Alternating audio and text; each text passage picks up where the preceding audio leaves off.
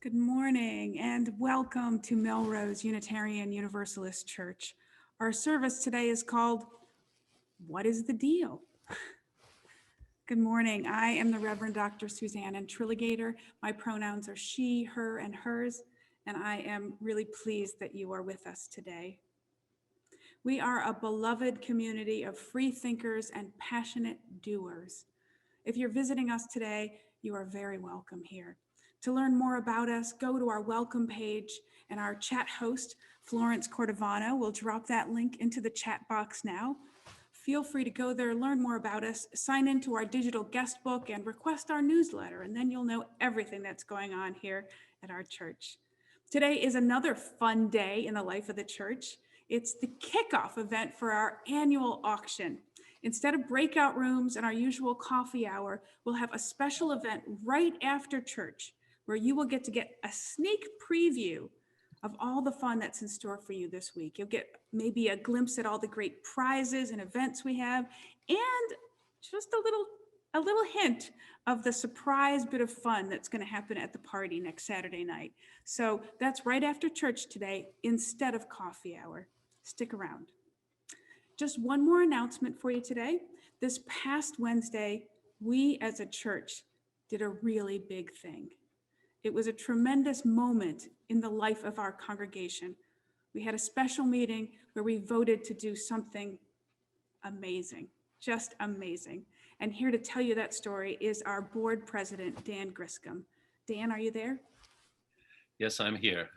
So last Wednesday, we got together to decide what to do with the PPP loan, which was turned into a grant last fall. And I'm happy to say that the congregation decided to give the entire grant to the Bread of Life in Malden.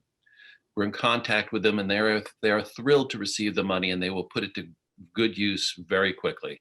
And there will be more information coming soon. If you have any questions, give me a call. Thank you.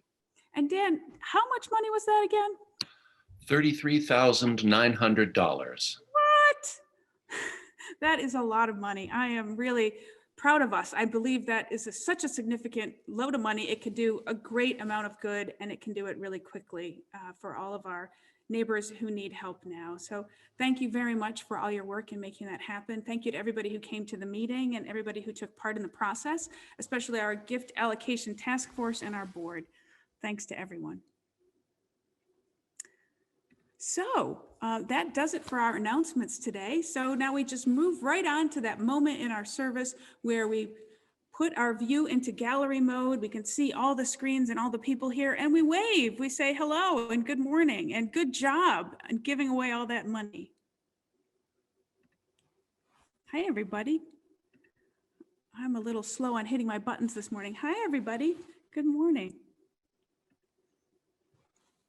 Oh, boy, that's a good looking crowd today. Hi, everyone. Thank you for joining us. Thanks for making time for church this morning. It's great to see you. Thank you for coming. Thank you so much for coming. Now I call us to worship. It's time to get down to business. Yes, I call us to worship this morning with these words from the Reverend Hope Johnson.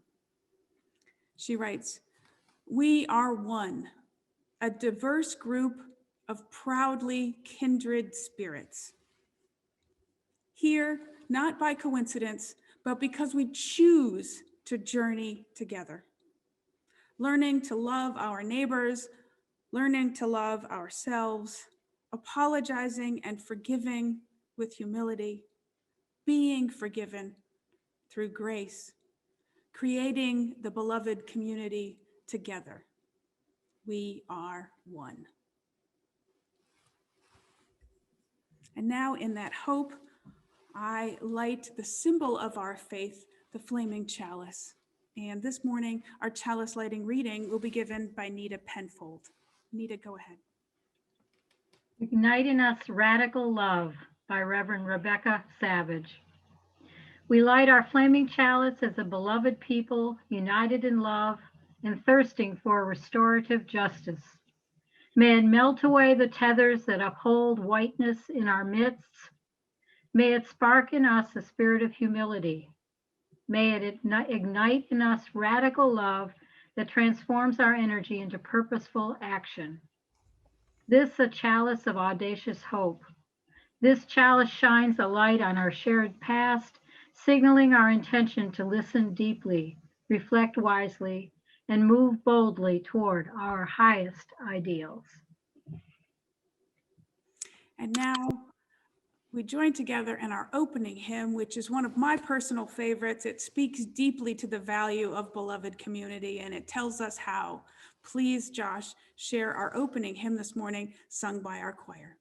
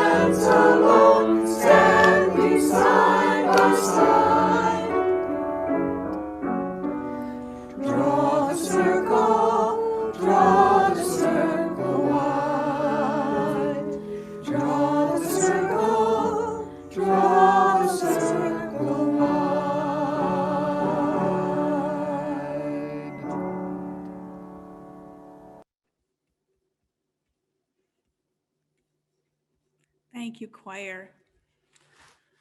Let us join together as we do most Sundays in the words of our covenant, followed by our song of aspiration.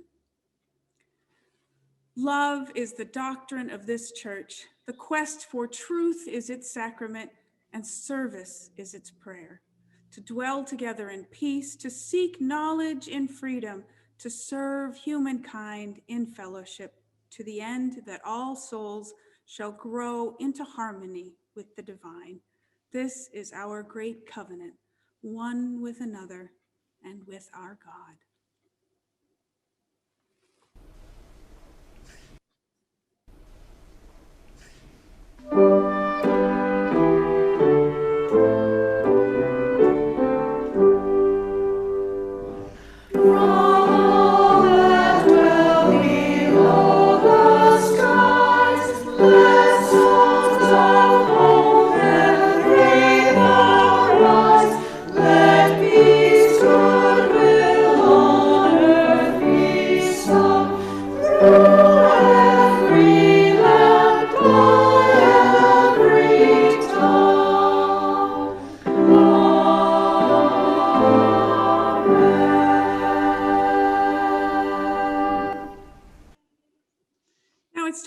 our story for all ages, our DRE Katie has a reflection today about penguins.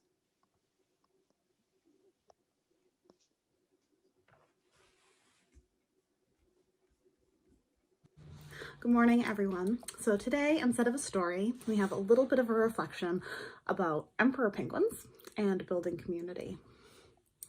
In Antarctica, emperor penguin dads, with their young tucked snugly under them, waddle into tightly packed huddles to keep warm during the coldest months.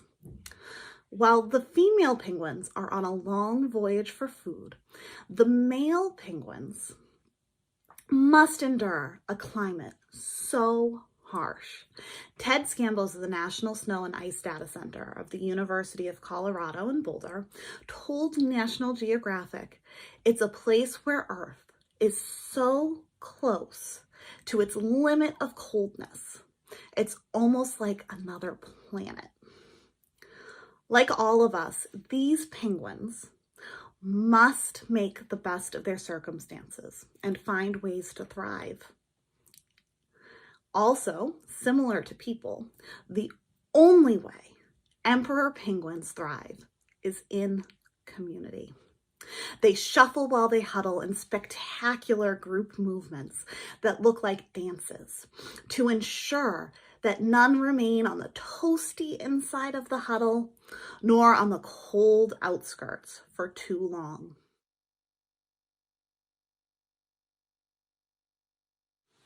Believe it or not, the penguins are in danger, both individually and collectively, if any get too warm or too cold.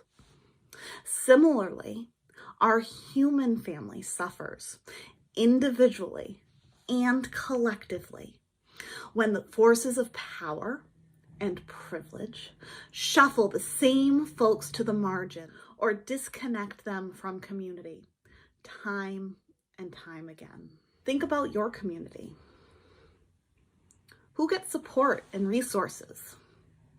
Is it the same people all the time? Might you have spent too much time in the warm center? Could this be harming your family or someone else?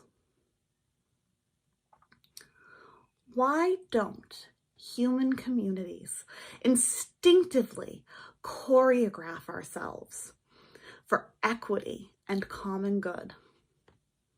We know what happens when some choose not to move or when some are frozen by fear or circumstance. Truthfully, we endure harsh conditions in this world. A well-choreographed huddle is crucial. And here are just a few questions for you to reflect on throughout the rest of the service and maybe the rest of the day. How does your community support people at its center? What could it feel like to be put at the edge all the time?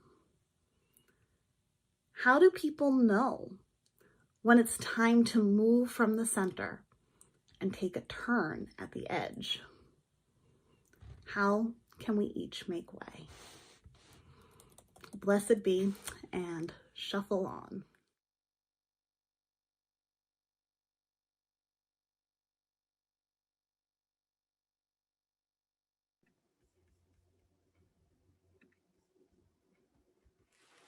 Thank you so much, Katie. And now it is time for our prayer and reflection. Every Sunday, we set aside some time for quiet, for meditation, a time to connect with our innermost selves. Please now enter into this time by entering into your body. Breathe with me.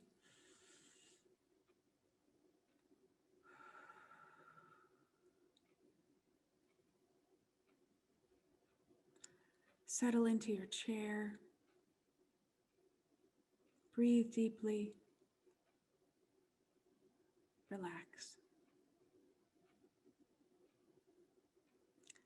First, as a way into this space for meditation, we will share our centering song. After that, we will sit together in silence for a few minutes, and then we will speak our joys and sorrows, and I will lead us in a prayer. For today's centering song, we've picked one that reflects February's worship theme, which is beloved community. This month, it's a verse from one of our hymns called Love Makes a Bridge, and today we get to hear it as sung by our wonderful choir. Right after that, we'll go immediately into 2 minutes of silence.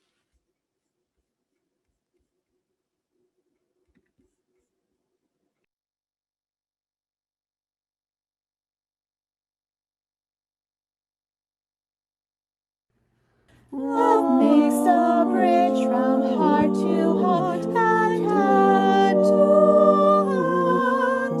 Love guides the way when loves are blind and freedom bend. Love breaks the walls of language, gender, class, and age.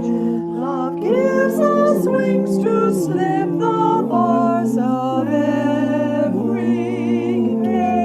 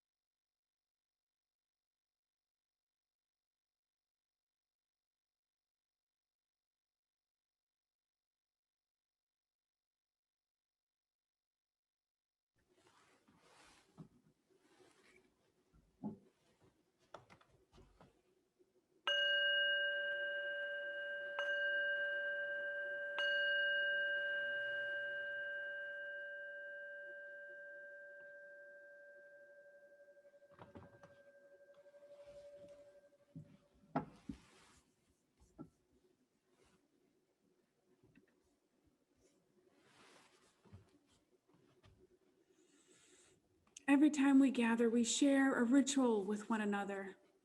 We light candles and we speak of our personal milestones, the moments in our lives that hold our joys and our sorrows.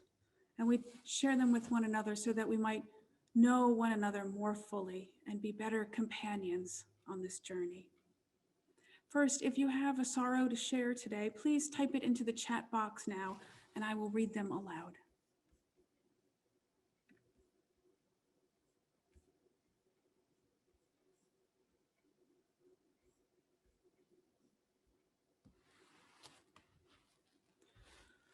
Florence Cordovano sends a candle of support for dear friends Scott and Mickey, both battling cancer, and a candle of love and speedy healing for my dearest Viva, who broke her wrist on Wednesday.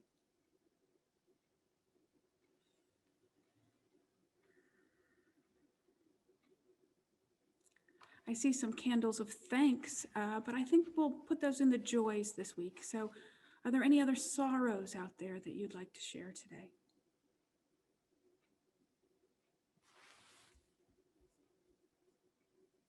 From Jim Tazza, my better half is doing much better. She will be moved to the cardiac unit.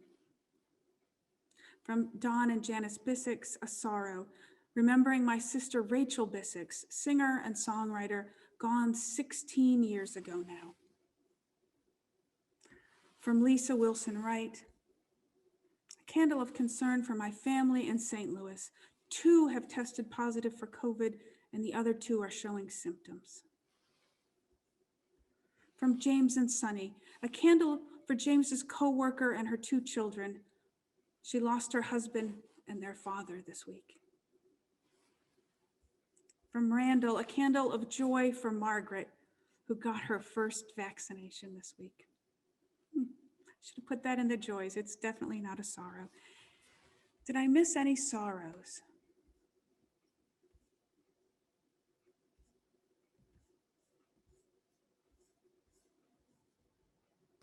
From Cheryl, a candle of concern for my brother and his wife in Austin who are dealing with the cold weather there. And I see another joy. I'm going to save that for the joys. Let's take a moment now to pause and hold all the sorrows. Let's lift up these sorrows together and hold them with compassion. Let us send out our support and our help to all who have spoken, all who are troubled today. Let them know that we care. I will now light 1 candle as a beacon for all the sorrows spoken and unspoken today.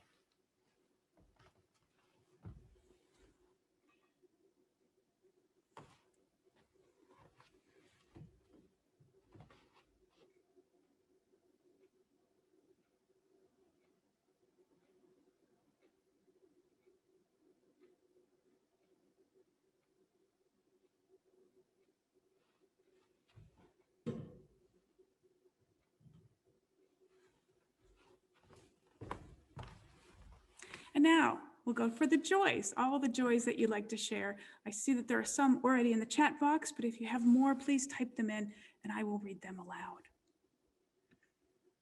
Let's go back to the thanks from Carol. Oh, I'm sorry, those from Nancy Free. These candle of thanks to the quilters for the lovely lap quilt, and to Mary Beth Griscom for the grocery delivery, and to Carol for pints of Ben & Jerry's ice cream. Those are wonderful thanks. From Randall again, a candle of joy for Margaret, who got her first vaccination. From Corey, a candle of joy. My sister Joanna and my mother have both received their vaccinations.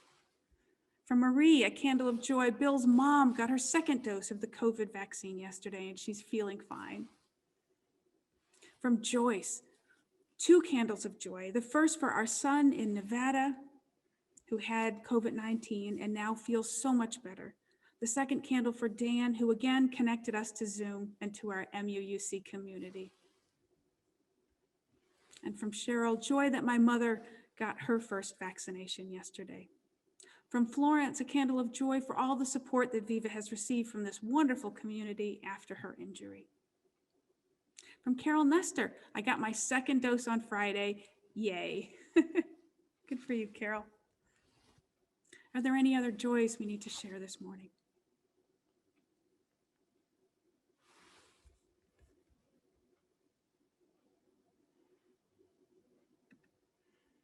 Okay, let's take a moment of prayer for all these joys.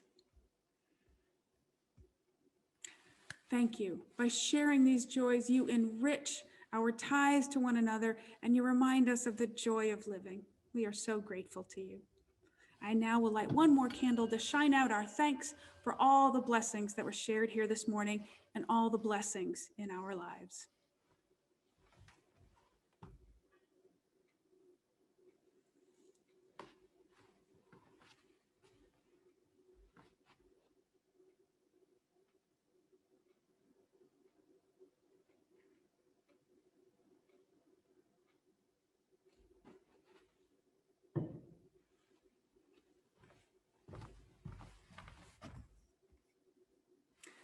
Please join me in the spirit of prayer.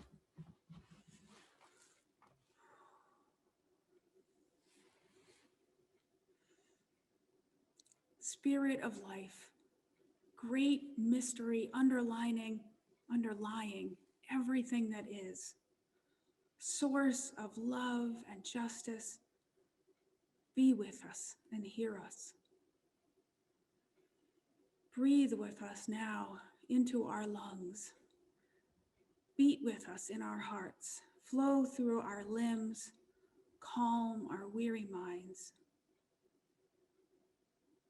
We pray this day for ourselves, for our own longings and worries that we hold within. And we pray for our whole human family, especially this one, this beloved community of friends and not yet friends, people we miss across the screens and across the miles. We ache to see you all again in person, to wave, to smile, to hug. We ache to feel the energy of this room alive once again. God of love, help us to remember our beloved community. Help us to rekindle our vows to one another, our commitment to growth and to change, our courage to speak the truth, and our open hearts to receive it. God of love, hold us now in this moment. Help us and open our way forward together. Amen.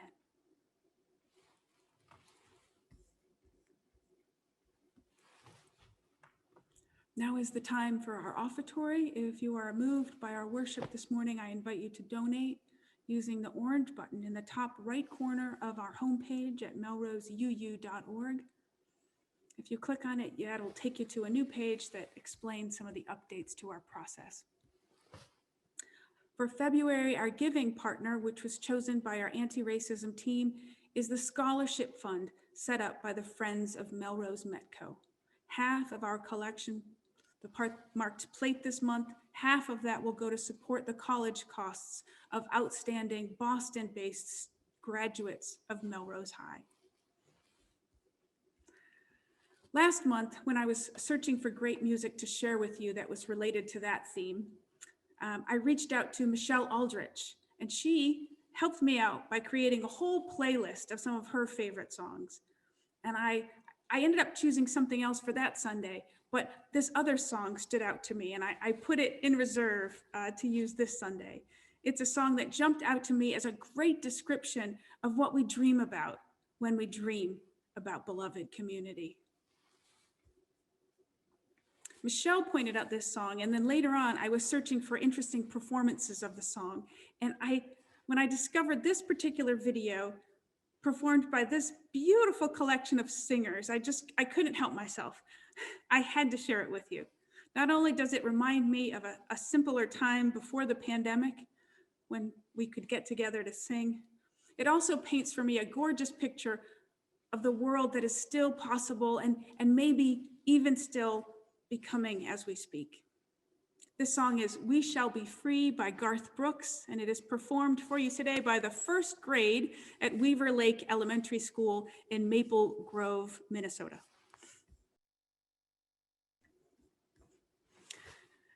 That teacher, boy, when I think of what they accomplished, that many kids, it's just amazing to me. What a tribute to all of our teachers and all the work that they do. We have two readings this morning, and the first is already up. The Joins by Hannah Block. This is a poem that speaks about community. I put it up here so you could read along and maybe understand it even better.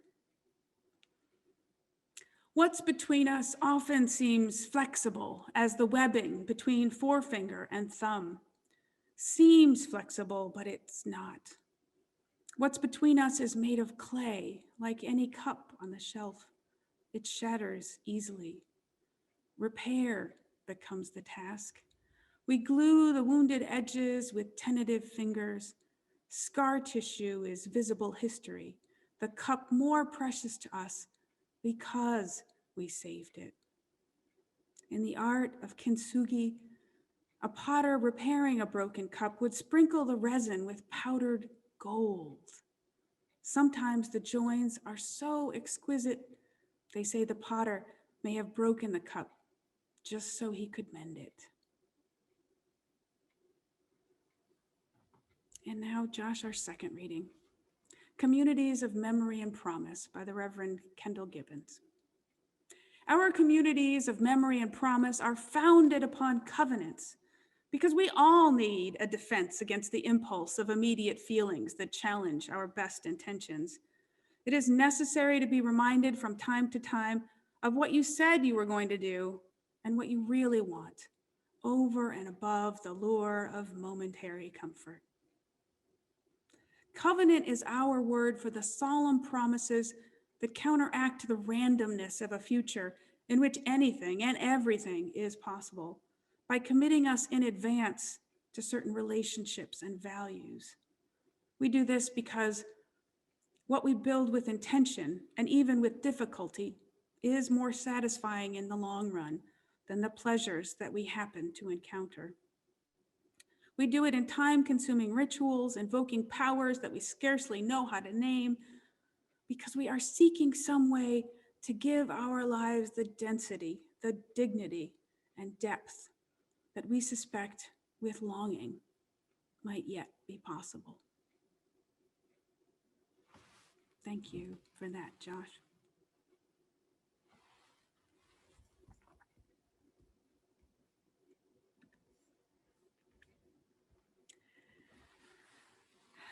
So now this month is a good time to ask some questions. What does belonging mean? How do we know when we belong and when we don't? What are the lines and how do we know when we've crossed them? This month, our theme is beloved community, and I've been thinking about how we build community. What are the tools and what are the rules? This past week, I happened to come across an old photo from an evening that I had forgotten. In the photo, I'm with a group of 6 or 7 women, all in their 30s or 40s, and we're all dressed to the nines. They're all laughing in the photo, except for me. Let me tell you the story. The year was, I think, 2008, maybe.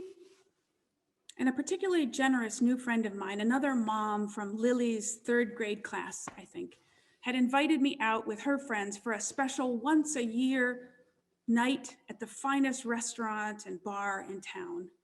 Although we all lived in the same town and we were raising kids of a similar age, that's where the similarities ended. Because this photo was taken about midway through the 13 years that my family and I lived in rural North Wales in the United Kingdom, where I was, in most situations every day, the only American in the room, sometimes the only one for many miles, except for my husband. And social situations were often uncomfortable or strained, like that night in that restaurant.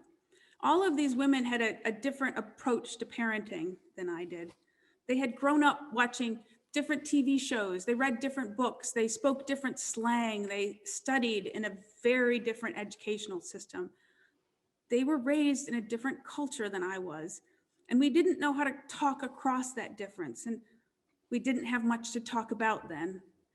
I just didn't get their jokes, and they didn't get mine. They did, however, get each other. So they laughed and drank quite a bit and had a fantastic evening. It just didn't really include me. And that was pretty typical of my years in Wales. I just never actually fit in. I never felt at home. I remember another time right around then when another well-meaning neighbor corrected my kids on their pronunciation of the word banana. And something inside me in that moment just snapped. I remember that feeling. I very rarely get really angry, like that in a moment. But that moment, I had to leave the room before I said something to this woman that I would regret. I was just beside myself. And I realized later that for me, my accent, my pronunciation of that word was connected to my identity, my sense of self, my memories of my father and his parents and their journey to become Americans. And it was really deeply part of who I am. And I was not about to let it go, to let any of my Americanness go.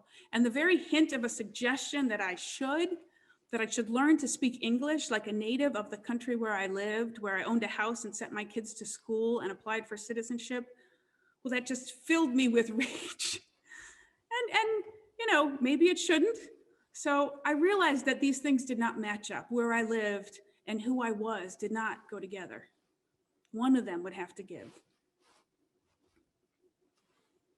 I wonder if you have any stories like this, if you have an experience of a time where you were just an outsider, not at all fitting in, and not sure even if you wanted to. How does that feel? And what did you do about it? I want you to hold on to that memory, and I hope that we get a chance to talk about it. Today in this sermon, I want to talk about a concept that is important to our history as a church and to our theology, and also essential to our functioning as a beloved community. Although you might not know about it or believe it when I say it, but just stick with me for a minute. Keep the faith for a minute. I want to talk to you about the concept of covenant.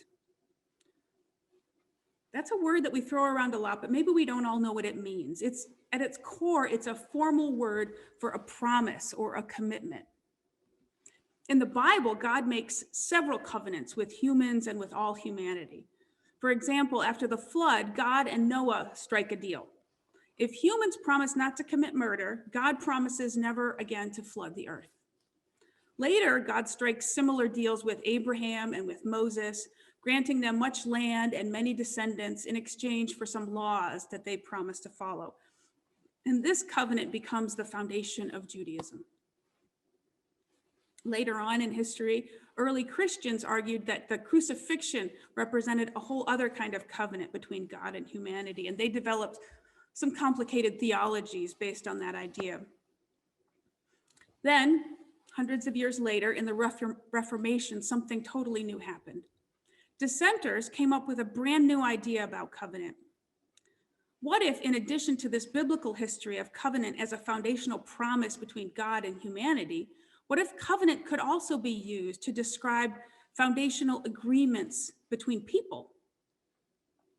In 1550, Robert Brown, an Englishman speaking out against both the Catholic Church and the newly established Church of England, argued that the new congregations should not be organized by priests imposing doctrines and administrating sacraments from on high. Instead, Brown argued that churches should come into being as covenants among equals. Regular people could decide.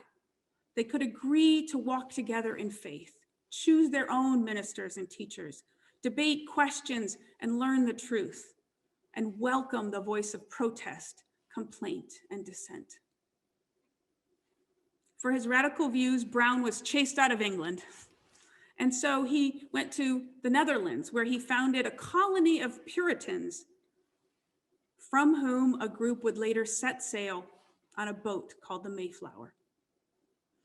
Our churches, the Unitarian side of our faith movement, is a direct descendant of Brown's colony and Brown's radical idea. Ever since the Pilgrims landed in Massachusetts, they and their progeny have formed communities and congregations, which became our congregations, many of them, which were based on Brown's idea, people agreeing to walk in faith together, to choose their own ministers, to find their way forward together.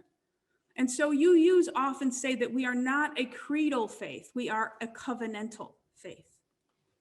That means that while, unlike other Orthodox religions, we don't share a single creed that's a belief statement about Jesus or God or the afterlife, but we do share a covenant, a living, evolving set of agreements about how we will be together and what we wish to accomplish. But you might say, that's a surprise to me, Suzanne. Where is this covenant? What is this covenant? I'm not aware of it. If you were all here in person, I might ask for a show of hands. Who knows which covenant I'm talking about, which covenant we share with UUs across the country? Where is this statement of shared aims and values? Maybe you can see me reaching for this. Maybe you might say, oh, isn't that the covenant that we say together every Sunday? The one we said 20 minutes ago, I think it was. The one that ends with the word God. Is that the covenant you mean, Suzanne? No, actually, it isn't. That covenant, called the Williams Covenant, is a faith statement that arose in the 1930s as a reaction to the humanist movement within Unitarianism. That covenant was never debated or adopted nationally, and today only about 4% of our UU churches say that covenant in worship. It's a tradition here in this church, but it's not connected to the wider UU faith. And maybe, it's not even reflecting most or some of the members in this church. It's worth a conversation. The covenant I was referring to, the one that I'm saying is a national covenant reflective of the whole denomination, is the statement that you might know better as our 7 principles. That's why I'm reaching for the hymnal. It's right in the front of this hymnal. If you've ever read that whole page, you know that it starts this way. We, the member congregations of the Unitarian Universalist Association, covenant to affirm and promote. Because it was an agreement that we came together as congregations to make, and it took a long time to forge. Across 5 years in the 1980s, congregations throughout the country participated in a process of identifying our core UU ideas and principles. Over a series of annual meetings, they were identified and refined and then voted into place by a vast majority. It's kind of miraculous, actually, that we came to agreement on them. And then they were amended in 1995 into the form that we now recognize. So unlike the Williams Covenant, the one that we recite, which was written by one person and adopted by a few churches, the statement of principles was really a group effort with a huge process that went into it, and it was jointly composed. And it really represents us as a denomination. And the neat thing about it, another neat thing you may not know, is that it's not static. It continues to be refined. It's actually a living document. Right now, there's currently a national drive to expand the first principle to include respect for the worth and dignity, not just of all humans, but also of all beings. Controversial, needs discussion. There's also a national campaign currently underway to add an 8th principle, which would underline and enshrine as a principle our shared commitment to build multiracial, anti-racist, multicultural, beloved community. It's implied in the other 7 principles, but it is not actually stated. So we're in process. We're in a national process of discernment about that. Both these campaigns deserve their own sermons and a wider discussion among our members, for sure. For the purposes of this sermon, however, my point in telling you that is that our 7 principles are not carved in stone. They are an actual living covenant agreed by us. Even people still with us, we're part of that. And they're open to us and open to evolution and change. And that really is the purpose of covenant. That's what we mean by covenant. It should be a reflection of the people who are now in the room so that we own it and it doesn't exclude any of us. That's why you probably noticed, if you've ever taught RE, that all of our classes start by the group building a covenant among its members. And so does every small group ministry session too, and some of our committee meetings too, because we need to build understanding and ownership around issues like confidentiality. And then, of course, when we start to think about conflict and diversity, that's when covenants get even more important to our functioning. For example, last week in CB's workshop, now we didn't have a formal covenant making exercise, but we did have a discussion, and CB did establish ground rules that acted like a covenant. They made space for people holding different needs or different identities and helped them to be present more fully. For example, CB identified themselves as neurodivergent. They said that they were someone whose brain works differently from most people, and they shared a bit about what that means when they lead a workshop. They tend to need some quiet time after instructions for processing. So they built quiet time into the workshop, and all of us use that time to process. And just having that time and that acknowledgement really changed the character of our time together. It made space for all of us to process in our own different ways. CB also set clear definitions around what it was about, what was to be shared and how. which helped people who have anxiety around that know what to expect. And CB built in breaks and reminded us to check in with our bodies and our feelings several times. For me, at least, that helped me to remember the other parts of myself, my physical and emotional needs in the moment. It helped to welcome all of me into that space. So these are also pieces of the covenanting process when we bring awareness of difference into our agreements, when we make space for a greater diversity of people to join us, and we also open up to the diversity that's already here among us. And we open the space to bring our whole selves, to bring those pieces that feel different even to us, to be part of exploding the idea that there even is something called normal. For example, we already have people among us who bust up our assumptions, who add diversity to our midst, but we don't often acknowledge it. We have people with us who are neuroatypical, people who are gender nonconforming, people with hidden disabilities or not hidden disabilities, people who are not American, people who are not from Boston, people who are not middle class, or not native English speakers, or not atheist, or not theist, or not college graduates, or not monogamous, or not heterosexual, or not a million things. We already have quite a bit of diversity among us, but somehow we're uncomfortable about acknowledging it, about inviting it into the room, about allowing differences and welcoming them. We are already blessed. We are already more diverse than you think we are. But when we don't acknowledge that and consciously make space for it, then we lose the benefit of all that diversity. And we end up making people who hold it feel like outsiders. And all of us hold some kind of difference. And all of us know what it feels like to be on the outside. We feel like I did in Wales. If I had it to do over again, no, I would not force the women in that group to change their jokes, to bend their conversation to include me. That would be rude. That wasn't the purpose of that evening. The purpose of that evening was fun, but church is different. Church is not a social club. We don't come here just for fun, just to hang out with people we know to be just like us, or we assume to be just like us. We come here to be challenged, to learn how to talk across difference, to learn how to share space and witness to one another's humanity. We come here to live out our principles and to build the beloved community. So I have a challenge. Next time you go to a committee meeting or an RE class and someone pulls out a clean sheet of newsprint and a fresh Google Doc and says the word covenant, please don't tune out. This is actually about you, this word covenant, and about us, and about 500 years of history and 500 years into the future. How will we ever learn about honoring differences if we don't start where we are? By practicing, engaging the covenanting process in all our activities and functions, revisiting those marriage vows, re-examining your statements of professional ethics, renegotiating your job contract, reevaluating your shared parenting agreements, so that they actually reflect who you are now, what you want now, what your deepest values are. Covenanting is about engaging and re-engaging with all of the promises that comprise and support our communal life as human beings.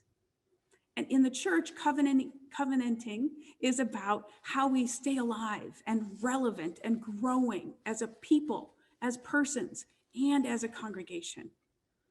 And it starts by letting go of assumptions about what is normal,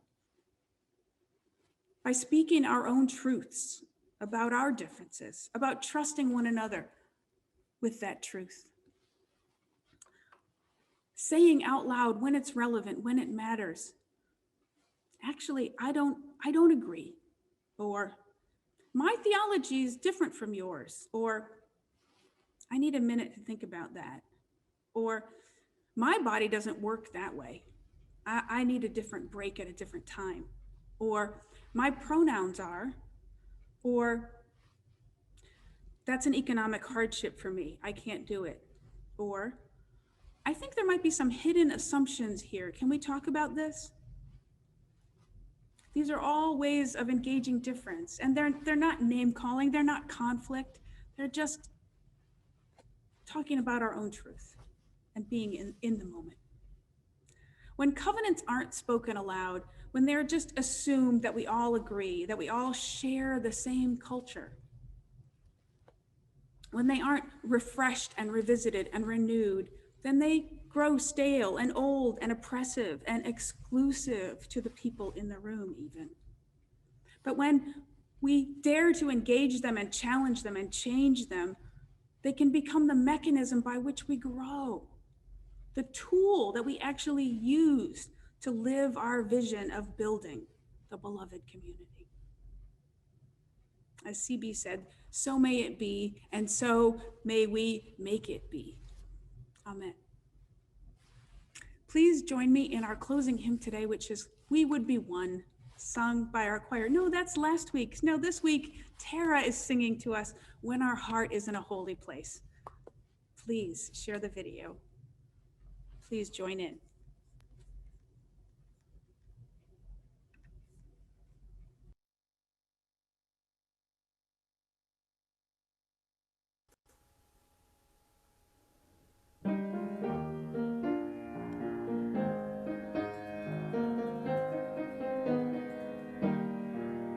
When our heart is in a holy place, when our heart is in a holy place, we are blessed with love and amazing grace. When our heart is in a holy place, when we trust the wisdom in each of us, every color, every creed and kind, and we see our faces in each other's eyes, then our heart is in a holy place.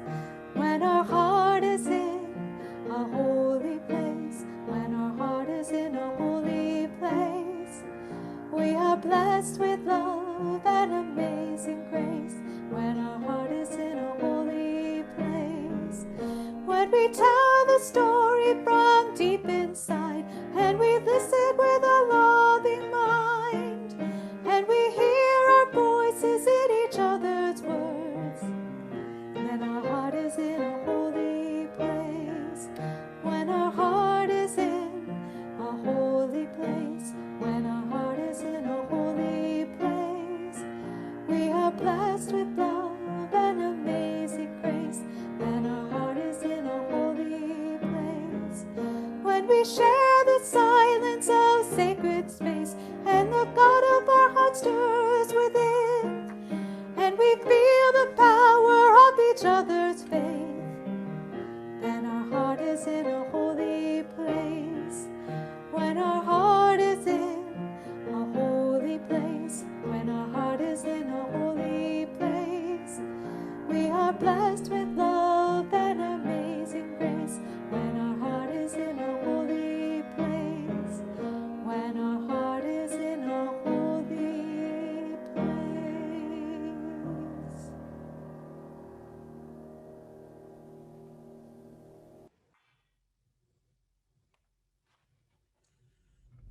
The words of Hope Johnson. We are one, a diverse group of proudly kindred spirits, here not by coincidence, but because we choose to journey together, learning to love our neighbors, learning to love ourselves, apologizing and forgiving with humility, being forgiven through grace, creating the beloved community together. We are one.